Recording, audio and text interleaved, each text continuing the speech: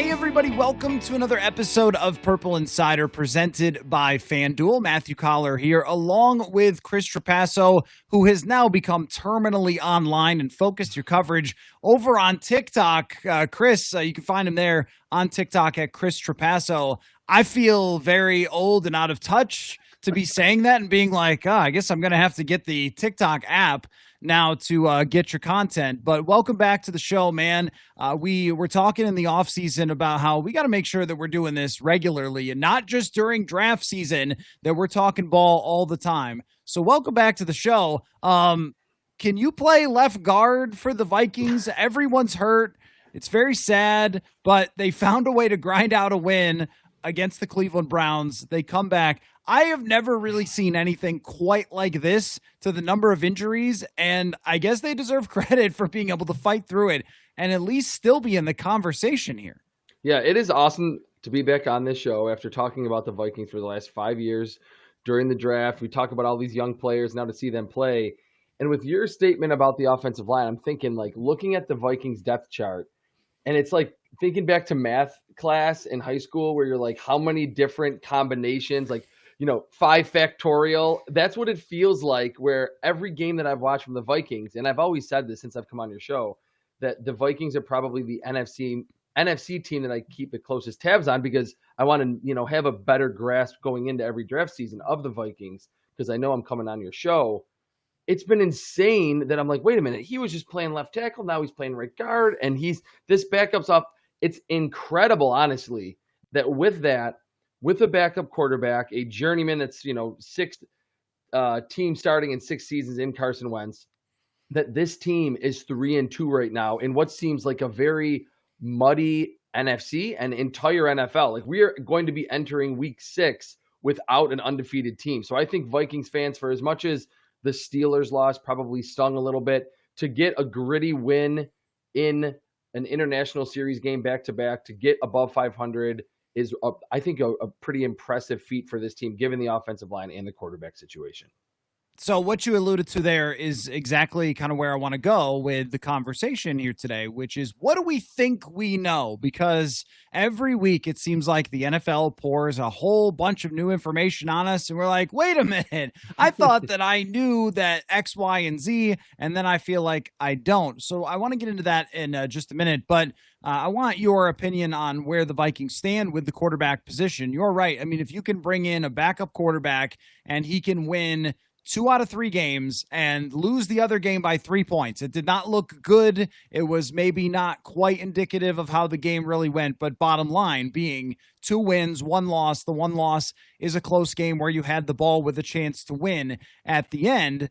Survival mode with a backup quarterback is just fine, but we're not really sure exactly where the Vikings are going to go with J.J. McCarthy and how they're going to handle this situation going forward.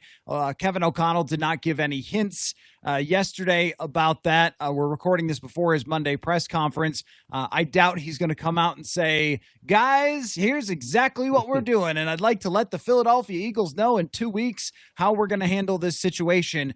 So knowing what you know, and you have, of course, followed J.J. McCarthy all the way through the draft process, all the way through with this show, how do you think that they should approach this? Should they play it as slow as they possibly can based on how he looked over those first 2 weeks, or go right back to J.J. McCarthy and ride it until the wheels come off?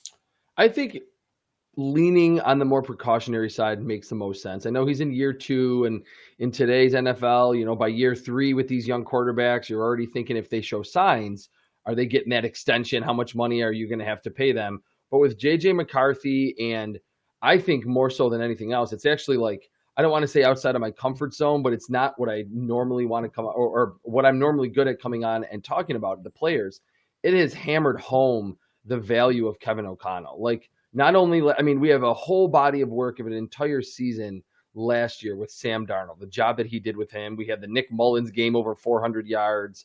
And then Carson Wentz, I know, I think it's right what you said, that he hasn't looked like 2017 Carson Wentz, but in that fourth quarter, in that game-winning drive, he made some quality throws in that game, and the offense hasn't just seen the wheels completely fall off. Like, we saw the Ravens score 10 points and get blown out at home by the Houston Texans. And in like 95% of the cases, when a team, whether they have an elite quarterback, a mid-tier quarterback, or a bad quarterback, if the backup is in, you can just forget about it. Like the offensive game plan is out the window. The run game usually gets shut down because defenses can just flow downhill. The run game's actually been pretty good, even without Aaron Jones.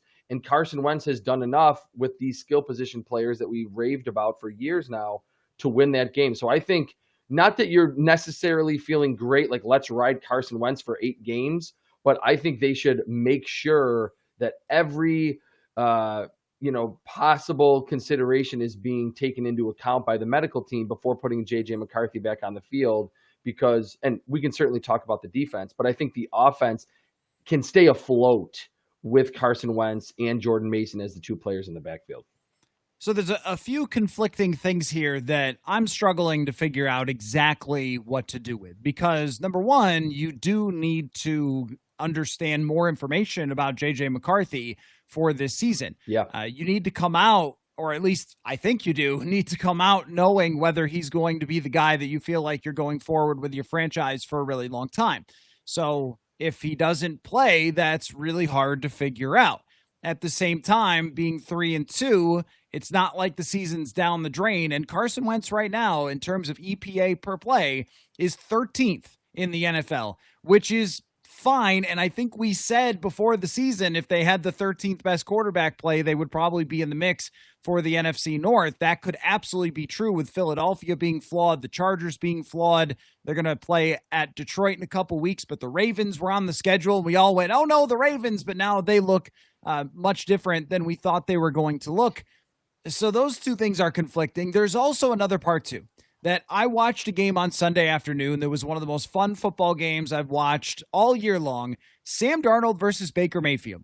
What do Sam Darnold and Baker Mayfield have in common? Their teams rushed them, their teams gave up on them, and then with the proper development and age, they became borderline elite quarterbacks. Like at least they were Baker in that sure. game. Baker has pushed his name into the top 10 quarterbacks for sure. I think Sam Darnold this year has been easily a top 10 quarterback. Mm-hmm. And Sam Darnold, now you go back to 2022 and how he's performed since then. He's been a top-notch QB, and those guys were both written off. And so it makes you think about how slow development can be in the NFL. And even someone like Jordan Love, who struggled for the first half of his first season, even though he had sat for several years to develop. Like this might just take, in today's environment, a long time. And if that's what Kevin O'Connell thinks, how am I going to tell him, sorry, Kev, I really wanted to see J.J. McCarthy this year, so I'd like you to play him. All those things I think are battling against each other.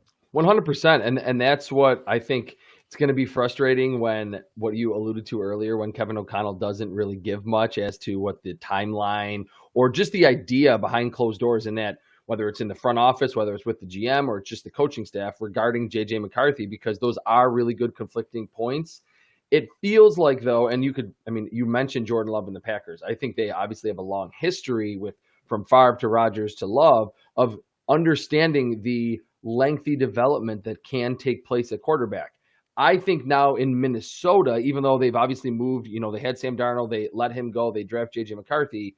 I feel like KOC, adofo-mensah, and this front office truly is one of the smartest in the league, and they also understand that they get like, we're not going to say, oh man, J.J. McCarthy, you didn't play your rookie season, you only played X amount of games in year 2. We're going to draft another quarterback, and we're going to create a quarterback controversy, and we're not going to give you first-team reps, and it's going to be – I don't think that this progressive, young front office with a head coach that was a former quarterback and Josh McCown on staff is going to just rush through this, and we're going to have another Ryan Tannehill and then your examples, Baker Mayfield, Geno Smith, Sam Darnold situation on their hands. So I think they will take the slower track with J.J. McCarthy because they have kind of that ultimate luxury that's, I think you could say the same for Kyle Shanahan, for Sean McVay, that you can still get EPA per play to be in the top half of the league. You get good defensive play, and suddenly you're a game or two above 500, and it's November and December,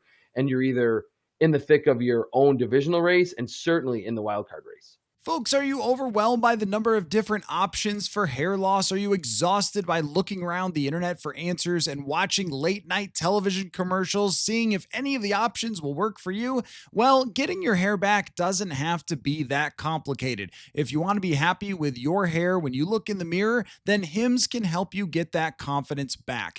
Hims can help you with prescription treatments that have clinically proven ingredients like minoxidil and finasteride that can help stop further hair loss and regrow hair within 3 to 6 months. They make it so simple for you with 100% online access to personalized treatment plans that put your goals first. No hidden fees, no surprise costs, just real personalized care on your schedule. For simple online access to personalized, affordable care for hair loss, ED, weight loss, and more, visit hims.com/purple insider. That's hims.com/purple insider for your free online visit. hims.com/purple insider. Individual results may vary based on studies of topical and oral minoxidil and finasteride. Featured products include compound drug products, which the FDA does not approve or verify for safety, effectiveness, or quality. Prescription required. See website for full details, restrictions, and safety information. Folks, maybe you haven't started your holiday shopping yet, but those holidays sneak up on you fast. So let me give you some advice. Check out Uncommon Goods. Uncommon Goods makes holiday shopping stress-free and fun with thousands of one-of-a-kind gifts that you can't find anywhere else. Uncommon Goods looks for products that are high quality, unique, often handmade or made in the USA, many of which are crafted by independent artists and small businesses. And because they're made in small batches, the best finds can often sell out fast. I'll give you an example of something that I found for a gift. You guys know I have a Greyhound dog. Well, I searched Greyhounds and I found artist-made towels and jewelry that I know my wife will love. You can literally do that with anything that the people in your life are into. And if that's not enough, with every purchase you make at Uncommon Goods, they'll give back $1 to a nonprofit partner of your choice. They've donated more than $3 million to date. So shop early, have fun, and cross off some names from your list today. To get 15% off your next gift, go to uncommongoods.com/purple insider. That's uncommongoods.com/purple insider for 15% off. Don't miss out on this limited time offer. Uncommon Goods, we're all out of the ordinary. So there's the point to be made that everybody loves when Kevin O'Connell is quoted for saying that organizations fail quarterbacks more than quarterbacks fail organizations. It's like so put it on his legacy is having said that. I hear it mentioned in broadcasts that the Vikings aren't even playing. And yet I think in part he's referring to rushing people along. And the trouble is that throughout the entire offseason, J.J. McCarthy looked like a starting quarterback in the league. From OTAs to minicamp to training camp to his very brief performance in preseason to joint practices, and came out and in the fourth quarter of the game against Chicago looked like more than just a starting quarterback in the league, but a dynamic player and a weapon with his legs. And to have one game that goes really sideways and then go on to Carson Wentz, I think that breaks people's brains. And I sympathize with that. I'm not saying that it shouldn't. It kind of breaks my brain. Like, it's one game and a lot of quarterbacks. How about Bo Nix yesterday, where half the internet is declaring Bo Nix to be a bust by the end of the first half, and then he comes back and wins the game. And it's like, oh, delete. Like, we're like this with quarterbacks. And I think with the offense in general that you designed around J.J. McCarthy and you had him as QB1 this entire time, it feels like a lot of whiplash, or it feels like a bit of a strange thing to suddenly declare that he wasn't ready to play after you didn't have any competition for him. You didn't find a way to bring back Daniel Jones, like all these different things. And then you pick up a backup quarterback with 2 weeks to go before the start of the season. Now you're like, yeah, actually, the veteran guy, he's our quarterback, even though he kind of just got here. It doesn't really match up. You know what I mean? Yeah. And with today's NFL, I'm glad that you brought up the Bo Nix thing, that he has the bad half against the Eagles in the first half, plays a lot better in the second half. They go on to win that game in Philly. It was like kind of a shocking statement for the Broncos and the Eagles. That game, I think, can be used as kind of a microcosm for what we've seen from J.J. McCarthy and what we all need to accept for every quarterback in the NFL. The elite ones, Patrick Mahomes can look, Josh Allen had an interception on Sunday Night Football in the red zone, maybe didn't play his best game, hasn't played to that ridiculous level outside of the Ravens game. It happens. I think a big reason, this is more broad than I was kind of intending, but I think a big reason why the NFL is so popular is that there is legitimately so much parity in the league. Like it is not like Major League Baseball where you get the Chicago White Sox or the Pittsburgh Pirates losing, 130 games, and it's like they're playing a team with the top payroll, the Dodgers, and there's just no way that they're going to compete. So I think taking their lumps early in a career for JJ McCarthy, his second game, expected. It's not like every quarterback comes in. I can't really think of any. I think you could go back to some of these, Jaden Daniels had a couple weird stinker games early on last season. Justin Herbert in his, record-setting rookie season. Baker Mayfield before that with the Browns. It happens. And all I've always said on this show during the draft process, especially when we were scouting all those quarterbacks 2 years ago, you want to see flashes in year one. And you saw a fourth quarter on the road to essentially start his career in JJ McCarthy. That was a flash. And I think Kevin O'Connell preaching that organizations fail quarterbacks more than quarterbacks fail organizations. What's baked into that is what we saw from Carson Wentz against the Browns. He can go the course of a game and look, okay, not great. Oh man, he missed that throw on third down. He was, Justin Jefferson was wide open. Piece together one or two good drives, make a couple good throws to Jalen Naylor down the field, you win the game. So I think Kevin O'Connell understands I can build in a lot of easy button, high percentage throws for this quarterback that can build his confidence. And then we can start to put more on his plate as the season progresses. And there will be 3 or 4 drives in a row where, he airmailed one, he took a bad sack. But as long as toward the end of the game or in those critical situations, he does make the quality throws that we saw on film at Michigan, that's all we're going to ultimately need with this Brian Flores defense that's first in the NFL in success rate entering week 6, that they can be a perennial playoff team. So I think he understands it and has more of an intimate knowledge of the quarterback development because he was one. But I think it's good that you brought up all those other quarterbacks because you can see it in a span of a quarter, in a span of a half, in a 2-game stretch where it can go from this guy's a bust to should they give him a contract extension. It's kind of, we have to keep everything relative and not just look at one specific team. I mean, even Tampa Bay, when they extended Baker Mayfield, that contract says we're not really sure. And Seattle, when they signed Sam Darnold, that contract says we're not really sure.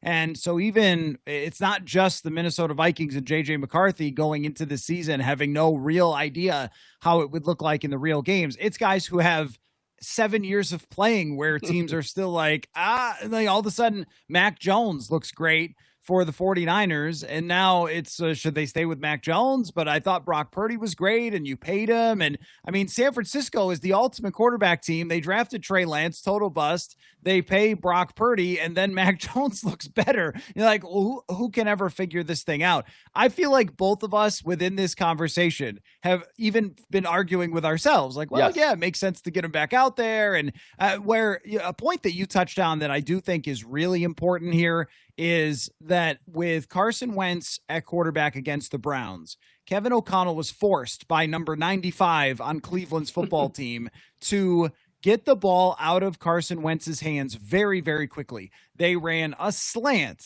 with Justin Jefferson, the first I've seen him run in a really long time. They had him line up in the backfield and ran a swing pass to him. They had Jordan Addison 2 plays in a row into the flat for 5 or 6 yards. There were a lot of easy completions on the board for Carson Wentz, and then he had to make, I think, 5 really good throws in the game. Yeah. Well, that's the theory that you would try to deploy with a quarterback like JJ McCarthy, and the Vikings defense was able to do enough, allowing only 17 points and just give him a chance. But I guess my question is, if he feels like McCarthy is not seeing the field well enough to get the ball out as quick as Carson Wentz, a veteran quarterback, has been able to do, then you're talking about potentially not even being able to execute the quick stuff, which is kind of what it sounded like when they talked about his game against Atlanta. I think that's something that can only really be learned, though, by reps. But at the same time, you're trying to win. You're not trying to just get a guy reps. And this is how we go round and round and Yes, round it's a and round. circular conversation for sure. But to your last point, that's why I pointed at the screen. I think the only way that you can get those missed throws, missed targets out of the game of JJ McCarthy, or have him react quicker and process quicker, is just by playing. And that you have to go through the lumps. And what's good is I think they're kind of in a sweet spot where if Carson Wentz was playing lights out football and was averaging, 9 yards per attempt, never getting sacked, you'd be like, hey, like this is kind of Sam Darnold all over again. Let's just ride this. Let's not rush him back on the field. He's still so young. And he didn't look, like he was totally comfortable in that game against the Falcons, JJ McCarthy. Carson Wentz isn't doing that. He's doing, I think, it wouldn't have shocked anyone if JJ McCarthy played against the Browns and had a very similar game that JJ McCarthy would have had. Like, oh yeah, took a couple sacks, didn't look great, missed some throws, but then made a couple of great throws down the stretch and made a, game-winning touchdown throw into the front corner of the end zone to Jordan Addison to win the game. Like, that's what I think they have to hope for JJ McCarthy. And then as he progresses in this, I'll call it rookie season, you want to see less and less of those stalled possessions or the drives that don't go anywhere. And really, from a super broad view, that's the NFL today. 75 to 80% easy button, high percentage throws, yards after the catch. And then what I have said forever, and it goes back to the draft, what separates the bad quarterbacks from the good and the good from the great, can you make 5 of 5 ridiculous big time throws? Do you hit on 3 of 5 or do you hit on 0 of them? I think the rest of the league is, 200 yards of your 300 yards through the air are going to be all easy button throws. And to your point, maybe that's where they want to feel comfortable with JJ McCarthy, that he's understanding where to throw the football in that first, second and a half to 2 seconds before the pass rush gets there. And I think that it has to be with the quality of pass rushes and the mixing up of coverages in the NFL and the blitzes and everything else, that you have to design it that way. And we've even seen that change in a single offseason where last year it was percolating and this year it's every single game where you're seeing so much pressure. And that's how a Mac Jones beats a Rams defensive line. That's how Myles Garrett gets 2 pressures against the Minnesota Vikings. The ball just came out. What's he supposed to do when you're running a little swing pass to Justin Jefferson for 11 yards? There's nothing Myles Garrett can do to stop you from doing that. And then you need, as you mentioned, a couple throws. I think that argument is pretty sound, where if you look at the 3 opponents that they played, Cincinnati, who is a train wreck, and then a Pittsburgh defense that is very difficult and mixes up coverages and definitely has an amazing D-line, and then what they saw from Cleveland, a team that couldn't score and you didn't need to put up a lot of points to win the game. Could J.J. McCarthy have gone 2-1 and had a couple of good games and a couple of bad moments? The answer is probably yes. Yes. I think based on what we saw in Chicago. So to that end, I would like to see Kevin O'Connell take his mentality from Cleveland and carry that over and put J.J. McCarthy back in the game. Now, watch me talk out of both sides of my mouth, Chris. I also think if Kevin O'Connell walks to the podium and says, we're going to stay with Carson, I want to work with McCarthy on the side more. I want him to run practice for the foreseeable future, and then we'll make a decision down the road on him. I need him to practice more. What am I going to say? Sorry, QB whisperer, shut your mouth. Like, I mean, what, right? Yeah. I mean, I think that Vikings fans also have to accept that if that's the decision that he decides to make, he's not doing it because he's a big old dope and forgot how quarterbacks work. He's doing it for a reason that's going to be legitimate. So I'm like, definitely straddling both sides of this thing. I'd like to see him just get back out there and see if this version of the offense, with Darisaw back, with Addison back, they're going to get Donovan Jackson back, who looked awesome in the first couple of games. They're going to get Brian O'Neill back at some point, Aaron Jones back. I mean, they've been missing all these pieces. I think when you have everything that was supposed to be there, you need to see what McCarthy looks like. As usual, your last point has just sparked something in my head. Correct me if I'm wrong. JJ McCarthy has not had Christian Darisaw blocking for him yet, right? This Correct. season? Yep. So yep. I think that could also be baked in, where the first, to play the Bears, to play the Falcons, 2 teams that have like sneaky better pass rushes than they've had, to not have your, all pro left tackle and to say, hey, like you actually in your first game, you have to process super quick and you're going to see this and that. I think I'm leaning toward Kevin O'Connell saying like, look, yes, he could go up there and say, guys, I'm not trying to be condescending, but just trust me with this. I'm seeing him in practice. I'm talking with him. I have a good grasp on how much he knows about the offense and where to go with the ball. But I'm leaning toward him saying, let's get JJ McCarthy back on the field, because I think Kevin O'Connell is not just a quarterback whisperer. He understands his whole roster, and that he probably feels a lot more confident in JJ McCarthy, having that even extra quarter or half of a second to process, to make the right read with not an entire, fully sharpied in offensive line that we would have had week one, but with Darisaw and Brian O'Neill back. That's huge for a young quarterback to just mentally go into a game and not be like, oh crap, we got our eighth different offensive line combination. There's no Darisaw, there's no Brian O'Neill. I think mentally it allows those quarterbacks to kind of get into a rhythm and spend more time mentally thinking about the coverage and where they're supposed to go, as opposed to, all right, when I catch this shotgun snap, like where's the pressure going to be coming from? I always call it quarterback or young quarterback shell shock. You see it a lot where it's like, what the hell? Why didn't he not throw that slant? It was wide open. And you see his eyes are down. I think JJ McCarthy and Kevin O'Connell probably will feel better about just being better protected when he goes back on the football field. Yeah, I mean that's there's no question that's a factor. The fact that he wasn't in there, and you can't deny that it was a very bad game. And Carson Wentz, just for example, was able to overcome 4 backup offensive linemen as a veteran quarterback. So it's not something that is uncommon in the NFL. Baker Mayfield's got half his team out there, and he's doing it, but McCarthy is not one of those veteran quarterbacks who's been there and seen it all. So let's talk about what we think we know around the NFL and start with the NFC North. Okay. I'm going to say that I think I know that the Detroit Lions are still the kings of the North until proven otherwise. I know they have not had the toughest schedule. Their win against the Ravens doesn't look as impressive now. They've got, win against the Browns and so forth. But they aren't just winning. I mean, they're trucking these teams. Their offense looks great. Jared Goff, shocker, phenomenal quarterback again. I just keep betting on Jared Goff being great, and he keeps paying off. They are setting the standard between the Vikings and the Packers. I'm still not really sure with Jordan Love's ups and downs in their secondary, and I'm not buying the Bears with the wins that they had. Good for you. You had to block a field goal against the pathetic Raiders to get a W. I just don't think that that's all that impressive.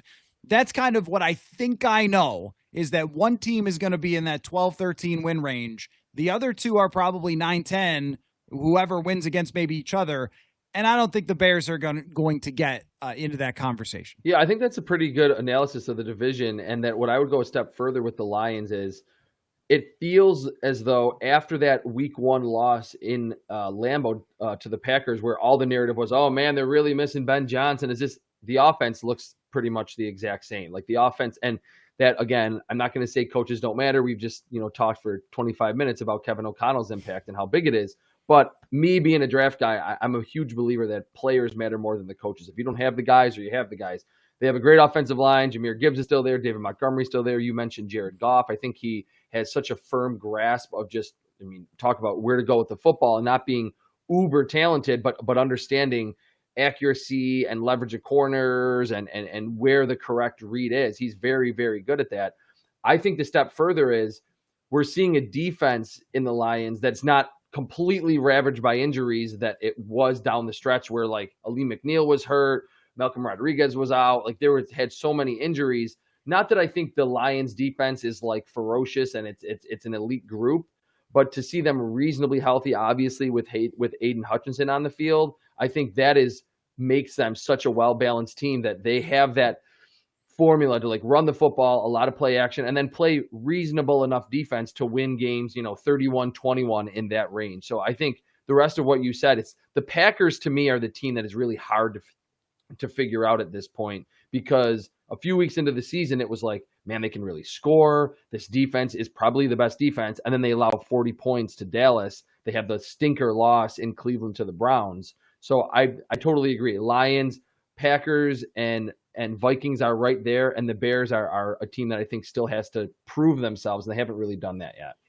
Yeah, and when you watch that game back against Dallas, it was so interesting because they were able to get a ton of pressure on Dak Prescott, but they just could not cover anything. And that's a discussion that comes up from time to time in the analytics world is like, what's more important, the coverage or the pass rush? And Mm-hmm. usually the data ends up playing out that coverage is more important. Now they impact each other and everyone recognizes that, but your performance as a coverage unit is the most important thing for a defense, because if your receivers are open, even a quarterback who's getting pressured is going to find them. And we saw that. And that was the biggest, I think, question when Jair Alexander left and they didn't really replace him with anybody that you'd heard of. Xavier McKinney obviously is a good player, but the corners, and they were just getting mossed. They were getting beat. And even if Micah Parsons was about to murder Dak Prescott, it didn't matter. Like, as long as he got the ball out, it was okay. And I think as the Vikings go to play the Packers and as they go through this season, when they play bad quarterbacks, they're probably going to kill them because they're going to hold on to the ball too long and they're going to get nervous about Micah Parsons and the pressure. But when they play veteran quarterbacks, we might see them just stand in there and work their way through it. I expect the next time that Detroit plays them, it's going to be a very different story with Jared Goff and that group of weapons having figured a lot of things out. So I think that they're going to be a Jekyll and Hyde football team. And also I think that that's who Jordan Love is. He starts out great. And then that game against Cleveland, they're winning the game. All he needs to do is not completely give it away. And what did he do? Completely gave it away. And I'm still not sold on their group of wide receivers. Matthew Golden hasn't changed my life. Tucker Kraft is great, but aside from that, it's like, what do you have for a receiver where I go, boy, this week he's going to take over the way that Justin Jefferson did against Cleveland? Yeah, that's a really good analysis of the Packers overall. I think too, not to be disrespectful to any players, but I'm always just going back to the draft. I think their cornerback group, and I think what you said about the analytics, that it does kind of lean in the favor of coverage being a little bit more important, and they are tied together, and it's kind of a chicken and an egg. But the Packers, like top three corners in snaps played: Keyshawn Nixon, Carrington Valentine, and Nate Hobbs. Like, even if you're the biggest Packers fan or a believer in those players, you have to admit they're all pretty unproven young players. There's not that in his prime or maybe like near the end of his prime Jair Alexander that can match up on a routine basis with not only just a Justin Jefferson, but all the tremendous number one receivers in the NFL. And I think the first 2 or 3 games, Keyshawn Nixon had that great game on Thursday night where he had like 5 pass breakups. Nate Hobbs has been a decent player, but never a star with the Raiders, now with the Packers. And then Carrington Valentine was a mid-round pick out of Kentucky just a few years ago. So for as much as I think they're clearly leaning on the pass rush with Rashawn Gary and Micah Parsons, the guys on the back end, I think, yes, good safety group, but at corner, I think that's a weak spot. And I guess for the Vikings, a team that has, arguably the best 1-2 punch at receiver in the NFL, it's kind of like, hey, when we're facing the Packers, we should kind of be licking our chops because that cornerback room is probably one of the bottom tier groups in the league.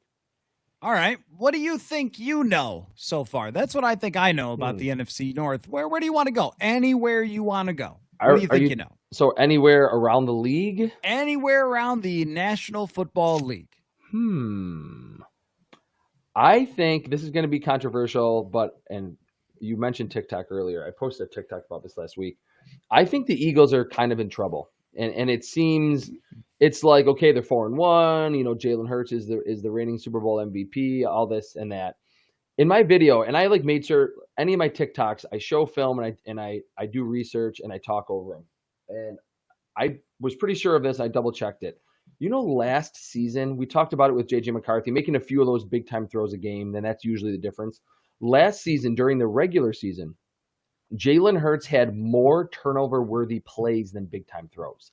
And the big-time throw number was 12. He had 12 during the regular season last year. Josh Allen led the league in the 30s or 40s. So Jalen Hurts, for as much as I know this will come across as you just hate him, it's just you're being a cynic. He was an ultimate game manager of that ridiculously loaded Philadelphia Eagles team. Both of the trenches, Saquon Barkley, A.J. Brown, Devontae Smith, suddenly improved linebacker group with Zach Bond, great secondary with the 2 rookies last season. Now, I still think it is a very good team, but if you're the Vikings and you're looking maybe up at some teams on paper in the NFC, you would first look at the Eagles. They win in week 4 against the Buccaneers with 0 passing yards in the second half, which I don't know how that's even possible. They kind of lay an egg in the second half this past week against, again, like you mentioned, Bo Nix, where everyone was like, oh man, this is the game where Bo Nix proves that he's a bust. They ultimately lose at home.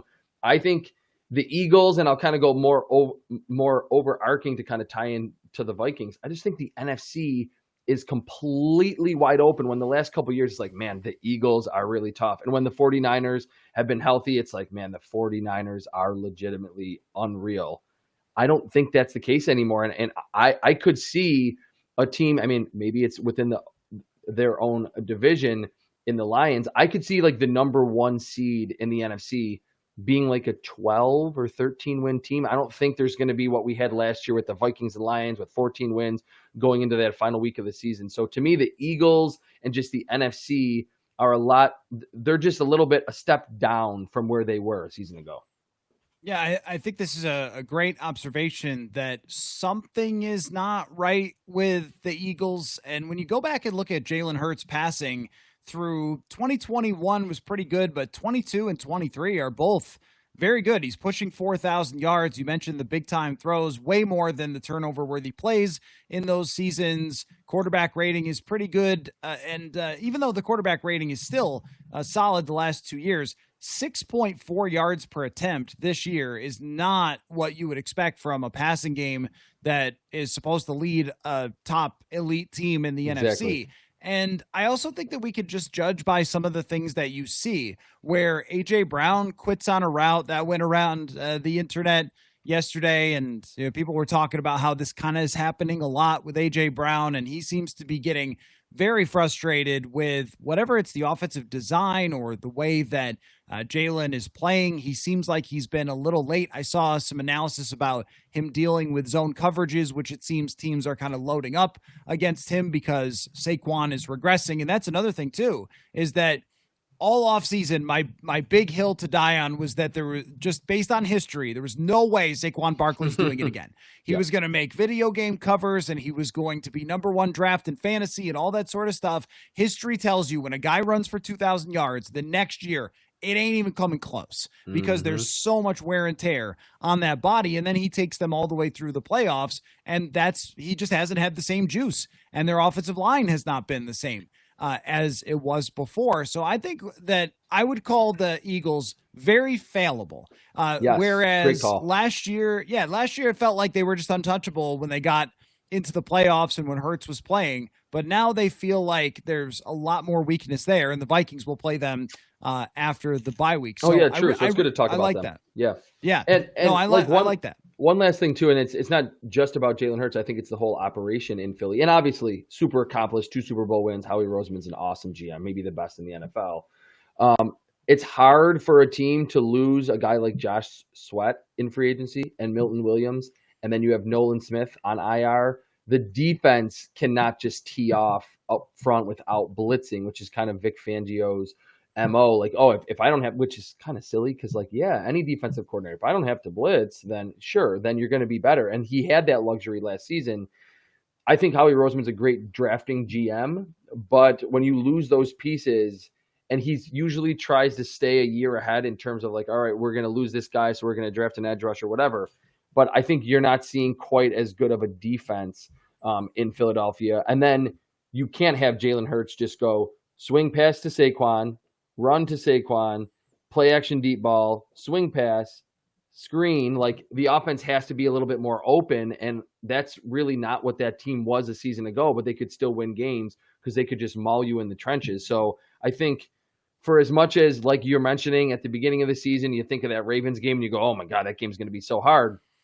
After the bye week, I'm sure even at 3-2, given the offensive line situation, Carson Wentz, a lot of Vikings fans are probably like, oh man, the Eagles, like, I'm not saying it will be a piece of cake game and the Vikings are going to run away with it, but it is drastically easier on like now than it was on paper even a few weeks ago. And even now with the Eagles, like 4-1, I think they are, like you said, they're a lot more fallible than it felt like they would be coming off the Super Bowl. let me get into your wheelhouse here in the draft. I Okay. think I already know, and we're only 5 weeks into these guys' careers, that Travis Hunter probably should be a corner instead of a wide receiver. From what I've seen, he just does not look like an NFL like superstar wide receiver. And if you're going to trade your entire farm for somebody and have them average 9 yards a catch and play in the slot and just be meh, that's going to be a disaster for you. I think they need to lean into this dude is a special corner, but might not be a special wide receiver. I think I can almost guarantee that he will be a next level corner with his athletic traits, but I just don't see it as him as a wide receiver. And I know part of that is that their quarterback is talk about failable, but just maybe not that great. From what I've seen of him at wide receiver, it has not looked at all special to me.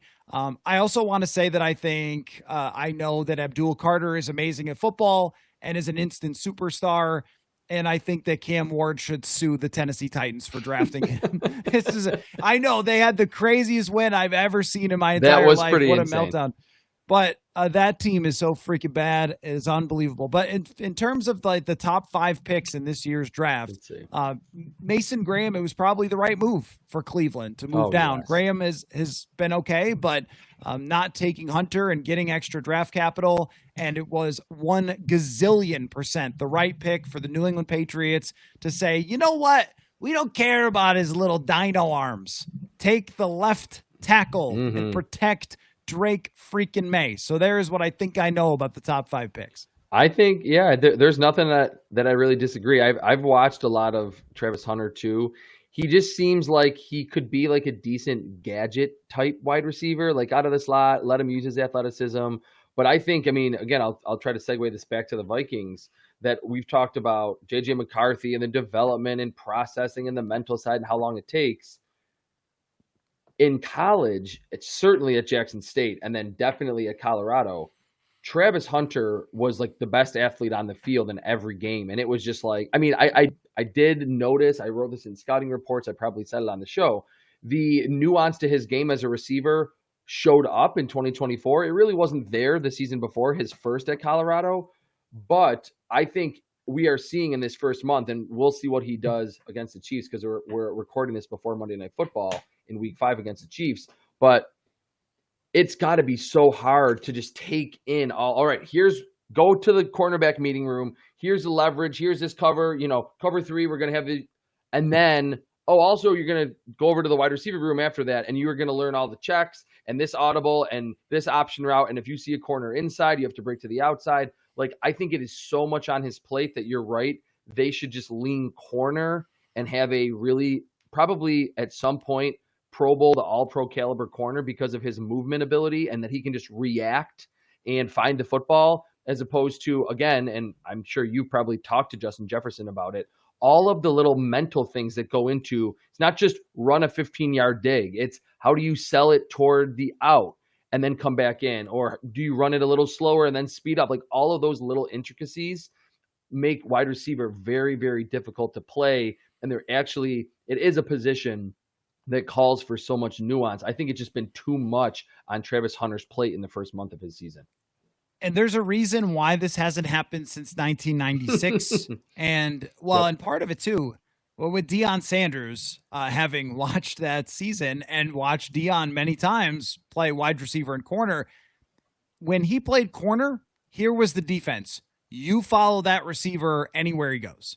That's your coverage assignment. Yeah. Not to say Deion is not an incredibly smart mind when it comes to playing that position, but it was a different world then. We just don't have corners in the NFL who just follow a guy everywhere on the field because you can't. They know how to take advantage of that.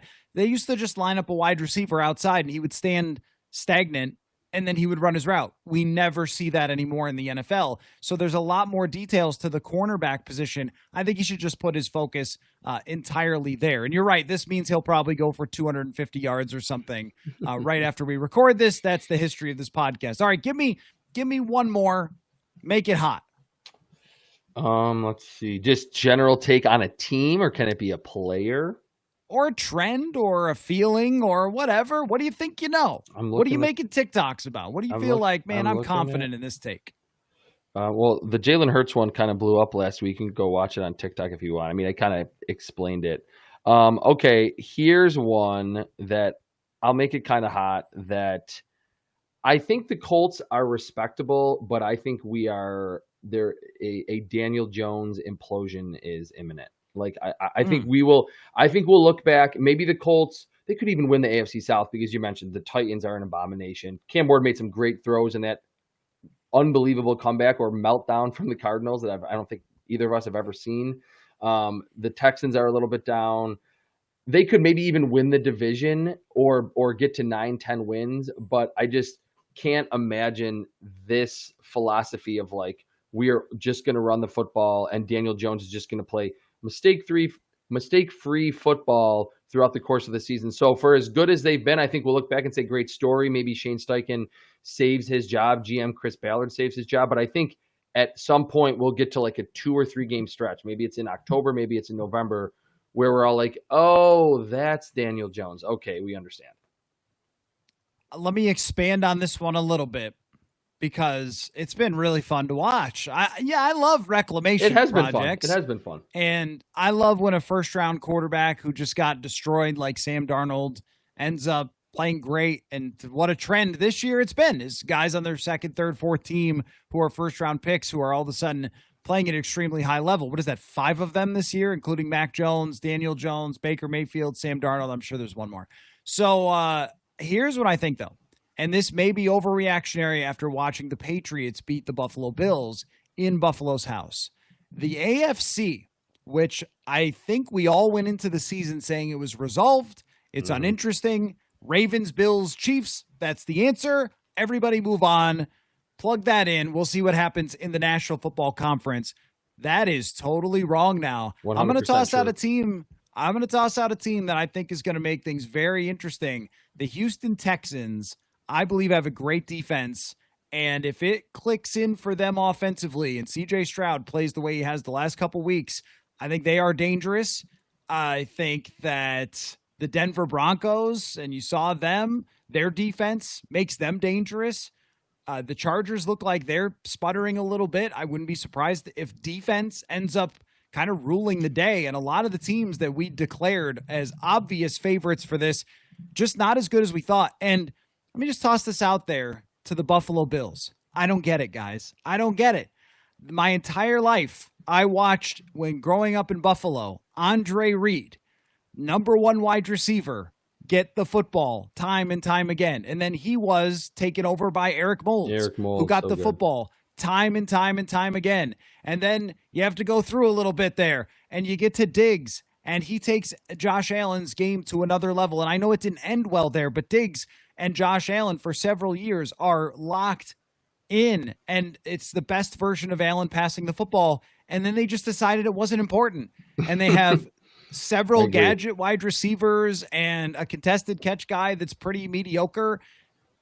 And then nothing else. I mean, look, like DK Metcalf was kind of out there. I mean, there's dudes. You can do something, yeah.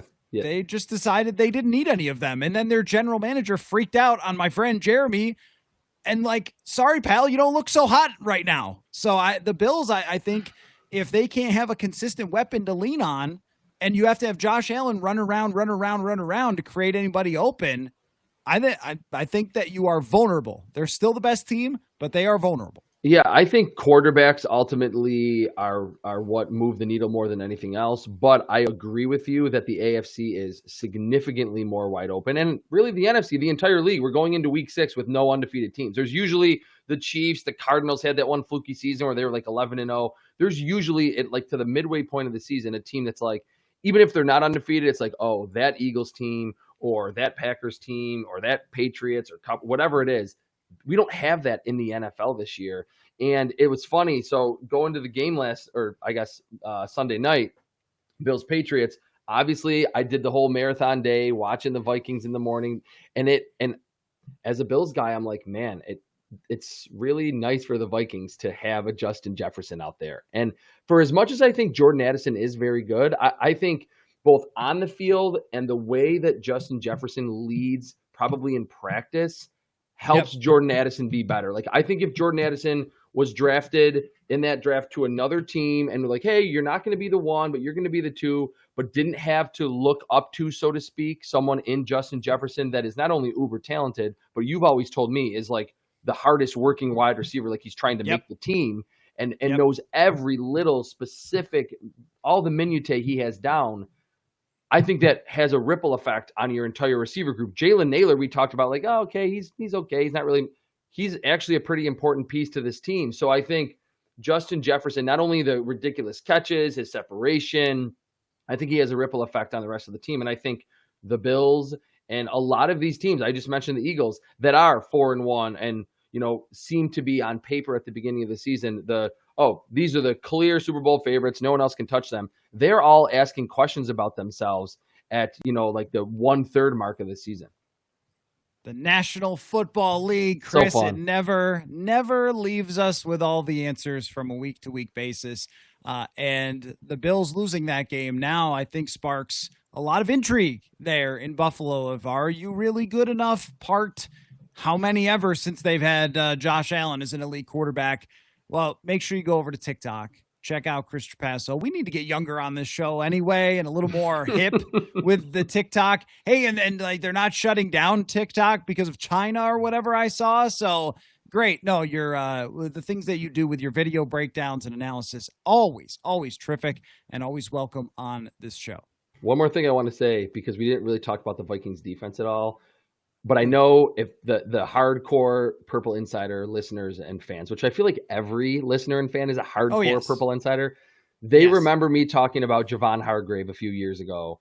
And I was like, how did this guy go undrafted? Everything checked out. The film, the analytics, goes undrafted. They pick him up. And I feel like you said, like, hey, are there any undrafted guys that you like? Javon Hargrave, he already has more pressures this season, 10, than he had all of last season in kind of a limited – super rotational Redmond. role. You mean Redmond. Or Redmond. Jalen Redmond. Yes, Jalen Redmond. Jalen not Redmond. Javon Hargrave. Yes, I'm thinking of this. Yeah, sorry. Jalen Redmond. Sorry for that confusion. Yes. Jalen Redmond, undrafted, second year. Absolutely loved him out of Oklahoma.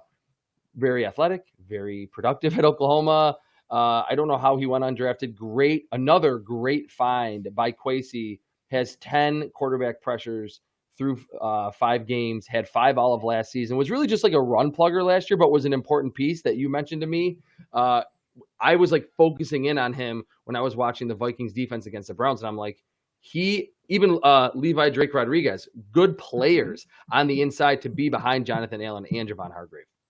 No, great point with Redmond. You were on that. And I think it was the blood clot issue that kept him. Okay. The teams were concerned about that because he was with Carolina and they let him go because I think that they were concerned health-wise. And then he's been not only fine health-wise, but he's been a terrific football player for them. Mm-hmm. And if you're going to struggle on some draft picks or not have very many draft picks, you need to hit on late-round guys. You need to hit on undrafted guys, XFL.